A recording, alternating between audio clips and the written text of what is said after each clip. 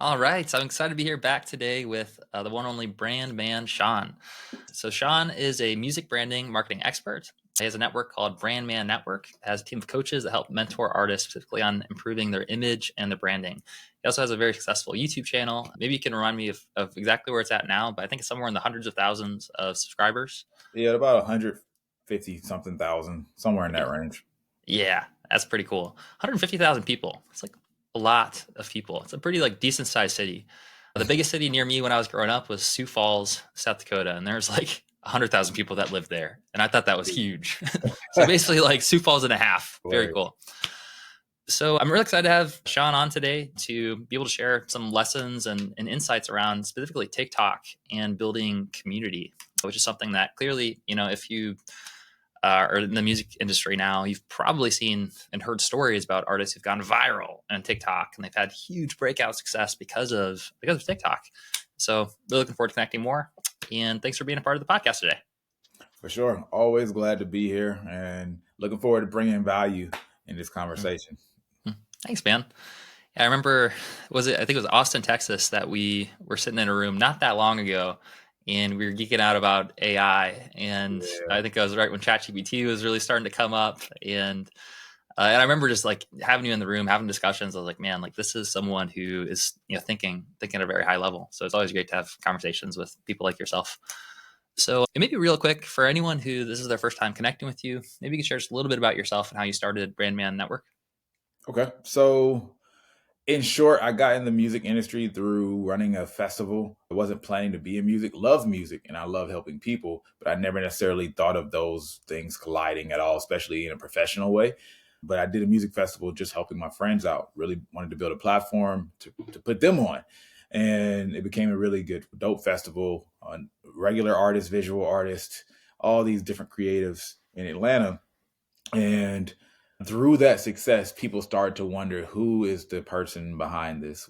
What's happening here? Because it started to grow really quickly. It was really cool, branding and everything. And artists were legitimately getting a platform through it, right? It was becoming like a good look for them to be on it, right? It was a high in demand event. So once that started to happen, and people said, who's behind it, they would ask my friends at first because I was super behind the scenes. I didn't really necessarily look for any publicity for it. But when people started to ask me questions and I had these conversations, I realized, well, maybe I could just put this stuff on a YouTube channel because that'll be a lot easier for me having to explain the same conversation over and over again. I really felt like I was having that same conversation or very close to it. So I created videos. I had like a set of 10 in mind to be my first 10. And once I got through that, I had no idea what I would do. Just maybe send them to people and keep and leave it there. Once I did that though, people really liked it, right? And they kept saying, do more, do more. A guy was saying, yo, I'm gonna like send all this on all my Reddit threads. And he kept telling me the feedback people were getting. So I went on Reddit and saw the conversations that were happening around it. And he was like my first super fan, I guess you could call it. And I kept serving him basically until it became multiple of them, and then decided, let me try to take this thing seriously. I took it seriously. I added an agency because I wanted to make sure I understood the people who were watching the channel like in a true fashion and continued the education and wasn't just giving them BS. Agency became pretty successful. We've blown up multiple artists from zero to hundreds of millions of streams, getting signed, indie, whatever route you can imagine. At this point, we've helped artists, legacy acts drop a new moment in time and re-engage their audience. Pretty much have done everything. And, our audience, our customers come to us at this point, and we are very selective on that side of things. But with the agency side being what it is, and you can only work with so many, we have continued to do as much free education as possible, a free community. But we have courses every once in a while when we feel like there's something that's worth creating a course around to help people get to the point that it makes sense to work with somebody like us on the agency side, or that they never need anybody and they can maybe build their own team, whatever their custom path is. So that's kind of how I think about the evolution of the career thus far. Super cool. Yeah, I think it's a great model. It's very similar to like the same takeaways that we've had too, in terms of like we can only really work with so many people hands on, but then you can share those lessons with with more people. And Mhm. I'm super grateful for people like you to be able to fill in the gaps of there's a lot of things that I'm not an expert on at all. I mean, just one of them in particular is like TikTok, and that whole world, which is such a a key part of a lot of artists' strategy right now. So with that, maybe we could talk a little bit about. I mean, there's two different directions I think we could go that I would be interested in hearing more from you. One is those events that you were running. You clearly like you ran them in a way that built up demand and made them like like an exclusive event. It created a lot of success, and so I mean that's definitely interesting. I think we could go that direction. The other direction is TikTok. TikTok is such a big platform right now for a lot of artists and breaking artists. Which of those two do you feel more called to speak out right now? Let's start with the events. Hmm, Yeah. cool.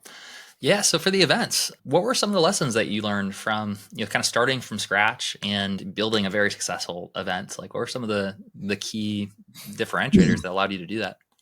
Yeah, I got probably 80% of what I apply when I moved into music marketing specifically from what I learned in the event space. Hmm, And it all resolved revolved around one, creating interest. And then when you have people that actually show you interest, how do I translate that into a community? hmm, Right. And those are two very relevant concepts today. Artists are constantly figuring out, like, how can I create a community? How can I create a community? And the biggest thing that I think artists struggle with is it takes a slight paradigm shift because so many artists are thinking about how can I get seen? How can I get seen? And how can I get people to consume my music? This vision of fans loving me and listening to me, where community is the reverse, where you're a lot hmm, more of service, hmm, right? And that's one of the huge parts because, like, how do I attract like-minded people, give them service, right? Whatever that looks like for that community, right? It's vastly different for for different communities, but the principles are the same. Like, what is that interest? What and how can I stimulate them where they feel value beyond myself, but I be at the center of it, so I gain brand equity at the same time. hmm. Super smart. Yeah. So it sounds like what you're saying is like one of the key shifts that you realize is that for a lot of us, I mean, particularly probably in the music industry, attention, feels good, and we want it, we want it to Yeah. be about us, and sometimes it feels like it's about us, but it sounds like what you're saying is like really the value comes in. You can really build a community when it's less about you, but really more about the community itself, and more about them and them. You being someone that really helps them identify with like it's not necessarily just about you alone, but it's really about the community as a whole and what the impact it makes for them. Right. And you get your end result as a result, right? Like, you still get seen, you still get loved, you get all that cool stuff. I had the advantage just because I didn't have anything that I wanted people to see, right? I wasn't putting out art myself in that capacity. So I was just like, it was almost like a deficit that became an advantage because I was like, oh man, like, how am I going to entertain these people, right? So since it Mhm. wasn't me getting on stage or doing anything, it's, well, how do I create an environment that all of these people will love, and thinking about the smallest of details that they would find value as they moved on. And the perfect example that I like to give, because I think it translates a lot easier for some artists, is the difference between I can have a show and I get on stage and you love me, right? But there's another level where the experience is so great, right? Even if people don't remember the details, they remember I had an amazing time at this artist show. All right. And the best shows you've been to have been that. It's not just, oh, the artist performed their butt off. It's, I had this experience, this out of body experience where even the person in the row ahead of me that I don't even know became a friend in that moment of time. How do you create those? And I don't think people realize how you can't guarantee it, but you can intentionally make it a higher probability of occurring. And that's kind of where, when I do things outside of the online realm, that's kind of one of my sweet spots that I don't talk too much about on these platforms. But it's the value and the impact it's been for artists when we go through those processes. I mean, it's hard to equate it. You end up with a real community. And I don't want to forget this idea. The idea of building a community is so popular today, right? People are thinking more about communities before they even have fan bases, right? And that does not happen in that order, right? Like, oh, I want a community. It's like, get some fans first that'll listen to you, and then they've already shown a equal value or interest in you, and now you can push them in. But it's a reverse when you try to do it the other way around. And also, I want people to understand that you do not need to have an online Discord or group or something like that to actually have a community. All right. Like, artists were having communities for years, right? Before these things popped up. Right. So the reason I think it's important to understand that is these tools enable, they help, they aid, but they don't solve the problem in and of itself, right? If I pushed a bunch of you, everybody who's watching this, into a Discord, that doesn't make us a community. You know what I'm saying? And what inevitably happens is, without that, it deteriorates. There might be a couple of people who are active or whatever, but it's another thing that people have to choose between. All the subscriptions we're a part of, all the different apps that we're a part of, social media, now text groups, where some people are on. Well, me, actually, now I've never really done too much of this until this year. Like, I have like a lot of iPhone groups now because of different clients and people that I'm working with. Like, so there's so much to choose. Why am I here? All right. And if I don't have any real reason other than someone just wanted to push me in to this space because they wanted to capitalize off of this idea of having a community, it's probably not going to last. And if your end result is, I just want people who really love me and people who are going to buy my merch and things like that, guess what? You don't have to have an online like Discord. There's plenty of artists who are killing it and getting checking every one of those boxes without having that. Right. But it can be a value for the right artist, right personality, etc. I'm all for it. But I think it's important, as these conversations happen more and more, that we have a correct order of operations. Makes sense. Yeah. So it sounds like really the point that you want to make here is that it's not as much about the tools. I mean, like, the tools can be really valuable if they're used in the right way. And whether it's Discord or an online community, or even before all this, this stuff, like, communities existed and live shows existed. But really, like, the main thing is more about the root of, like, what is a community and what forms the community. And that's the thing that you want to focus on without geeking out too much about all the other details first. Yeah. Like, if you go to church, you might go to church and never be in a church Discord or a church Facebook group or something like that, right? Like, but the community is very real. I'm imagining like a church Discord right now. I'm sure they exist, but they probably do. But it's a real thing. We know this stuff innately, but we get just sucked in by buzzwords or just trying to solve a problem in a way that feels easy. But the secret is having fans. If you have real fans, they will go almost anywhere. That's the biggest secret there is, right? Now, there are tools that we build over time that help make it easy, more from how we handle it and engage and enable, for sure. But I don't say that for someone who's more from, like, who's in a position and already has a certain level of fans, but it's more so for the people who don't even really have fans like that, right? Like, get fans first, period. And the reason I'm so passionate about this, because I've mentioned this like multiple times over the last few weeks. A couple of weeks ago, I had a call with a guy, and he was like, yo, man, Sean, I'm finally about to release my very first song, and I just got on X distribution platform. I'm not going to say the name of the distribution platform. And I also signed up for X platform that was supposed to help him sell his music.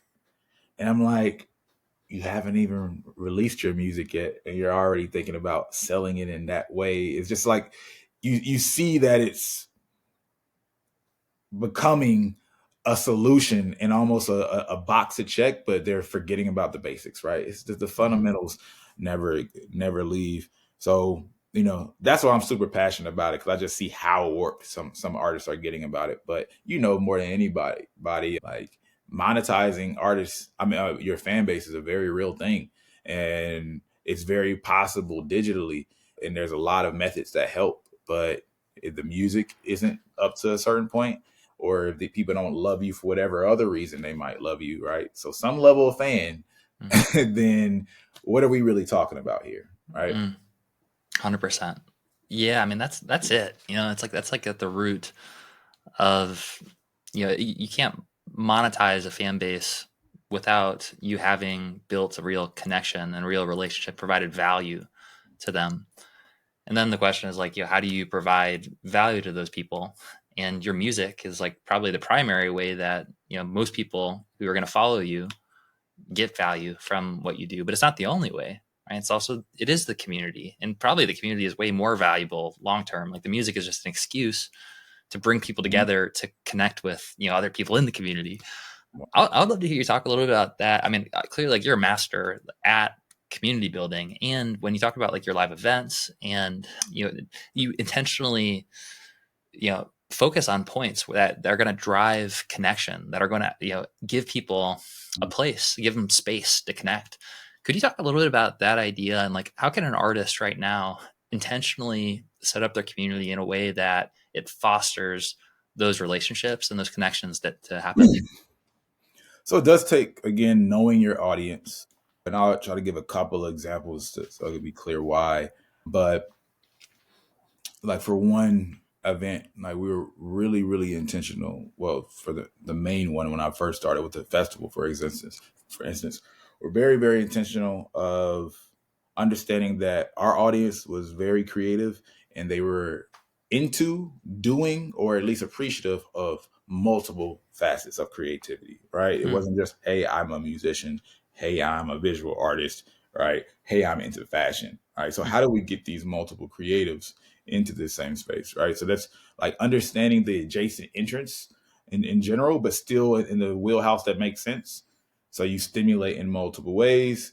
Because sometimes if you have people who are all the exact same, right? For some audiences, they don't want to be around that, right? Because now it's like, that's me. I don't want to be around a bunch of me's copied and pasted, you right? Hmm. So, but there's some audiences that kind of do desire something like that. So understanding that, and then doing something intentionally, like we did stuff like we would have like church pew style seating where people had to sit next to each other, right? Hmm. Right. So it's like there were some options where you could go outside of that, but the primary seating, we wanted people to sit closer together, right? Anything that created closeness, right? And more enclosed spaces that literally from a physical environment encourage togetherness. Right. What Hmm. did that look like? How do you herd people, so to speak? Right.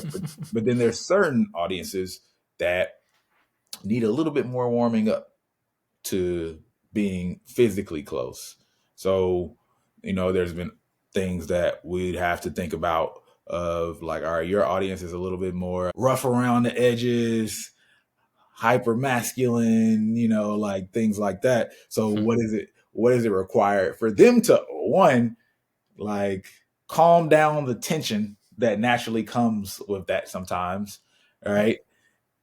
And then get them to just like let loose and have a good time. And then you become the space that they actually feel safe, because normally they have on this facade, right? And for there's an array of different elements in one particular case. I don't want to necessarily talk about on this call, but but that's the intentionality when I talk about understanding your audience and how what fake makes one audience feel comfortable, or what helps them just like have a great time or connect with each other. Hmm. It can vary based on who they are. But if you understand what are the core interests, why is everybody here, And then what are the things in that vicinity that aren't too far off base and random, right? Mm. That stimulates them from more than just one point. You almost become a discovery mechanism, Mm. right? Almost like I go on Spotify and hey, there's music, there's different genres. So I came here maybe for the first album that I wanted to hear on here, or I downloaded HBO or something for a specific movie, but then like an algorithm is delivering things similar, all right? Not the exact project, but other projects. It's basically doing the exact same thing in a real world way. Super interesting. Yeah. So it sounds like, to be honest, I literally just lost my train of thought. Like there's a point they just made that was really good. I wanted to reiterate it, but this is what happens when we're doing this live. Sometimes real life happens and thoughts vanish, which Oh, also gives us a nice segue because we do have a live audience that's here right now. And speaking of interaction and connection, I'd love to hear people here who are in the audience. If you have any questions for BrandMan Sean, some really helpful lessons here so far, just in terms of like, I really think everything you've been talking about right now is like at the core of even like our purpose for being here, like our purpose for being alive is about connection. It's about community. And so I think that intentionally thinking about this and setting up, your music in a way that fosters that community is like one of the most important things that you could do. So I really appreciate this conversation. And I'd love to hear if anyone has any questions. If you'd like to raise your hand, come on here live, or share it in the chat, then we can answer those for you. So I see Daniel Cartier said, great point about community. The question it forces me to ask myself is, what kind of people need a community specifically for someone like me? The community that I offer should never be a mindless carbon copy of someone else's community simply because their community is successful. My community might not be as large, but if it's authentic to who I am, it's going to hold value to someone. That was the point that I wanted to make that you had brought up was what I really appreciate about what you just shared is that it's not like a one size fits all cookie cutter approach. Like a community, like it's going to depend a lot on the actual people and the community and the culture. And yeah, so then I do want to open it up here to the audience. But one thing in particular that question that brought up for me was recommendations around like, how do you cut to the roots or how do you get to the core of your community, especially if like you're just starting out, maybe you don't have a lot of fans or a lot of community yet, and they're trying to figure out what's the root of the community and how do I kind of cater this community to that? Is that something you recommend like intentionally like imagining even before you start building the community, like you get clear on what you want the community to be about? Or I'm yeah. curious. Yeah. I think you know the answer to this, man. It's the combination, right? You, of course, Yeah. need to imagine to increase the accuracy before you take action, but you're probably not going to be right on point. So you just increase the accuracy. Mm. The real thing is, I got to talk to these people, right? Mm. And they're going to tell you, especially Mm. if you attract them with something, right? In this case, this should be the music to start because we're just talking about artists, musicians, right? You have that. And then if you start reaching out to people or you create maybe a small event, right? This is one of my favorite things to do, like legitimately create a small event more around the music and what they understand, but you add a few extra elements to it just to start to communicate your brand and your energy. All right, beyond just hey, come see me in a show, like yeah, come see my show, but it's in an environment that you're able to curate versus the environments where it's just like a basic stage and you don't have any control over anything but the stage. Mm. Like try to have like an Airbnb or some. Well, Airbnbs they don't allow legally, but that type of thing. Peerspace or one of those sites Mm. where you have more control over the environment, or however you can get in contact with one of those. When you have that, and you're able to control the room with your elements, whether that's the certain lighting, I want it to be darker, lighter, I want to change it at certain periods of time. Maybe I'm offering some kind of food, or maybe there's a comedian, I don't know, whatever that is, right? Just some elements that you feel like make sense. But you do a small event, right? It could be 50 people. Great place to start. And then you legitimately talk to those people who showed up for that expression of yourself. Those who are interested, they have some similar interests and they're going to tell you we should do this again, or I'd love if you do this next time, or I'd pay if you like. They will, if you do that right. A lot of times we find people like telling us what to do next. Like when I did my festival, I was doing that as a one-off to help friends and to kind of like check the box because they said it was my turn to do something. And then people said, "Oh man, can you do this again?" I was like, "I don't know." He was like, "Yeah, you should do it again next month." And I was like, "I don't think you know how much effort that took." But eventually it became a yearly thing, all right, because it took that kind of effort. So, and it was after so many people kept asking me, and so many people said, "Oh man, I have so many friends and people I work with now that I met at that event." Right. And then I can think of a couple of artists when they went through this process. People would say, "Oh man, we should all go take a trip together. We should do like whatever those suggestions are." I never gotten the trip suggestion and things I did, but that was for that particular audience, right?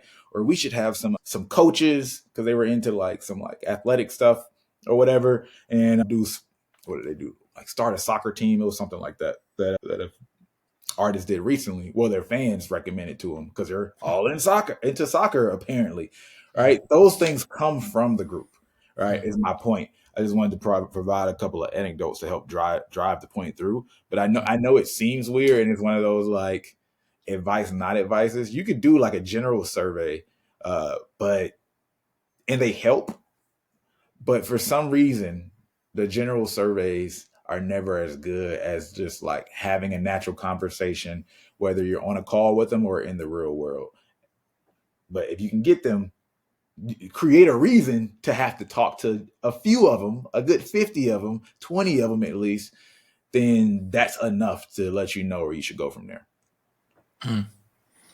So good. Yeah, super smart. So, one of the best ways to discover what that is to connect with people and to talk to them. To literally ask them questions, ask what they're interested in, and then from there on, like you basically have your source, like you have it's almost like a radar detector. So it's like telling you, like, it's like a hotspot. Like you start to see those patterns of the hotspot. You're like, okay, cool. Like, this is the thing that's most valuable. Super smart. The coolest part about that too is once that line of communication happens, like you have that open forever, right? And then you stop like thinking about ideas in a silo and you just start asking people all the time, like, what do you think about this? What do you think about this? And it takes so much weight off. Awesome. Well, Daniel Cartier looks like he's got his hand up. So let's bring Daniel on stage. Hopefully the audio will cooperate with us. Hey, Daniel, how are you doing today? Good. Can you hear me? Yes. I can hear you. Can you hear me? Yes, we got you. Awesome. This is really such a timely, I'm so glad I decided to come to this. This is such a timely topic for me to be talking about right now or listening to. I have my annual vision.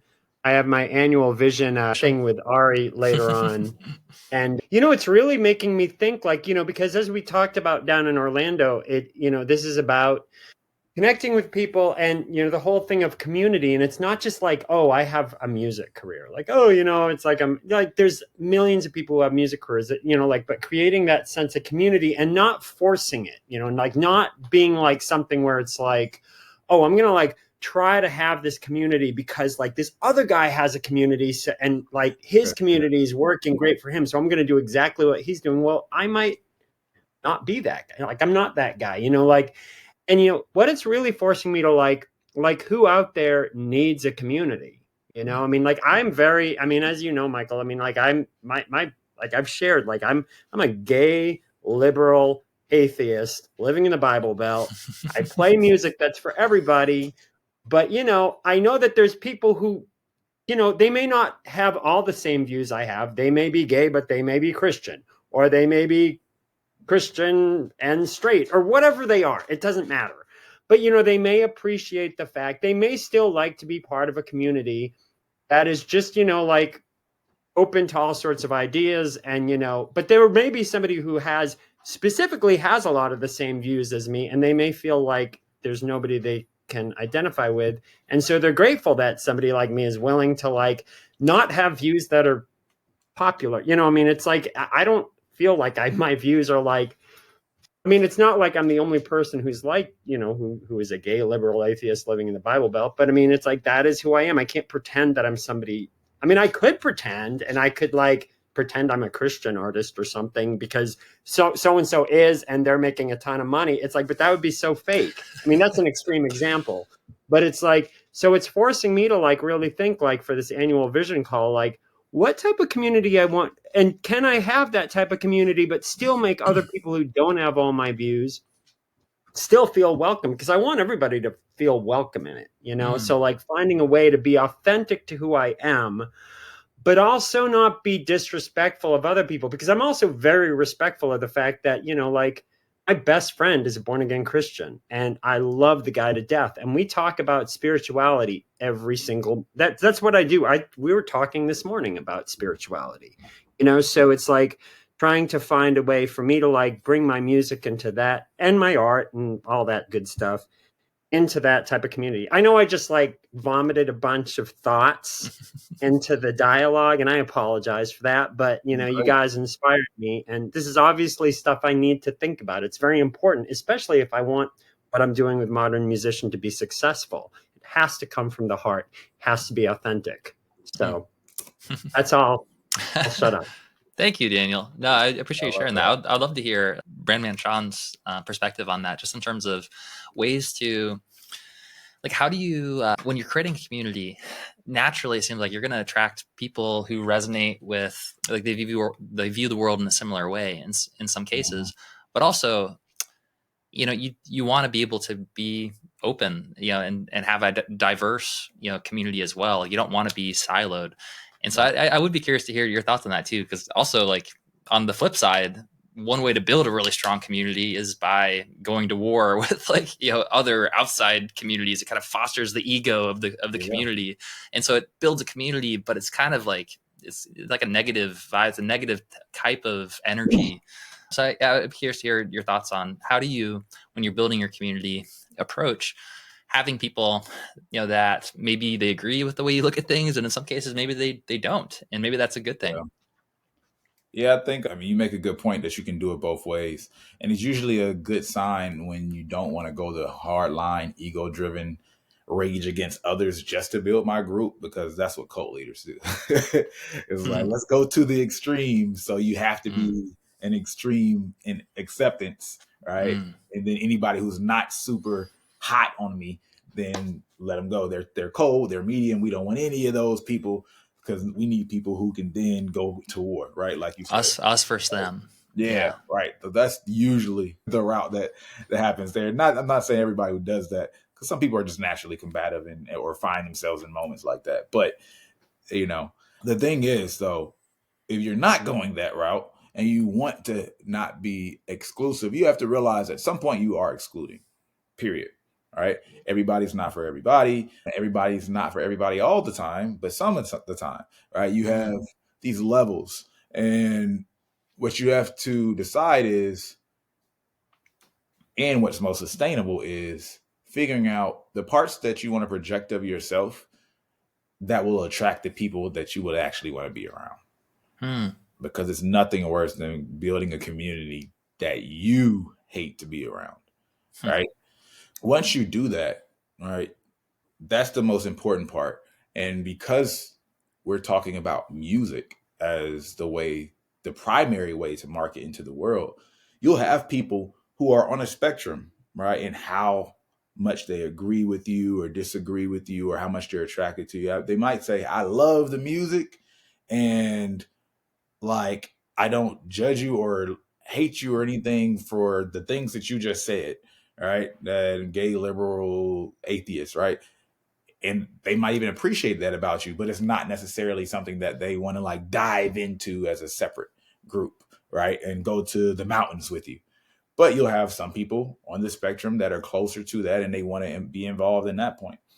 And I think we have to get comfortable with there being those levels to our communities. There'll be the ones that will go to specific events, and there'll be certain things that are for them and certain things that aren't, where there's a live event that I do that's a concert, and that's where most of my community come out. I might do some small retreat, and there's people who are into that side of the brand, right? Then the music probably has the farthest reach of everything. And that's the way I would think about it. And it's it's very helpful when you have those very specific things, though. I'm not gonna lie. The people that I've worked with who had those really specific things that could be considered alternative or non-traditional, Hmm. the advantage you have is today you can find so many of those people, right, via online, but they still in the real world don't have a community of like-mindedness typically, right? Yeah. So Yeah, that's super smart. I mean, what that brings to mind is like the purple cow effect of like when you have something that's different or unique or less, less people are used to it. Like it kind of has that effect where it stands out. It's a purple cow. It's easier to pay attention to.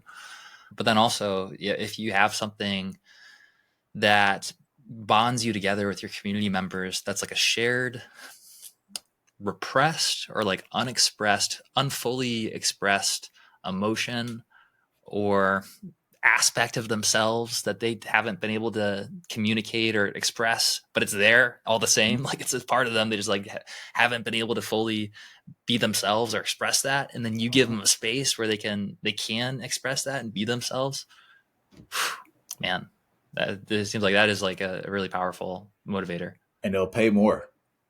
Mm-hmm. Which is what it's all about. Let's go. Wow.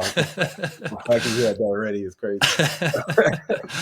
I think a way to like put that into a clear example, if we think so, all musicians here or music involved. If you think about marketing, like a marketing class, what is the value of that to you, right? Cool. Whatever that value is in your head. Then you hear a marketing class for music in general. Okay.